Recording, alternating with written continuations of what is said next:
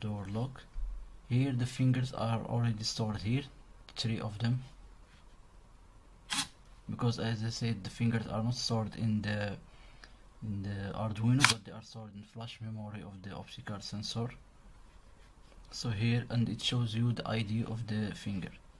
So second one, ID 2. Now let's enter like a new user. So I think this finger is not here. No, it's already registered before, because I've used it in another codes before, and I gave it number 4. So let's check for a finger which is not here. This one. So this one doesn't have access yet. Access denied. So we're gonna add this finger, and we place here A, and you enter the password. Password is 1 2 3 4.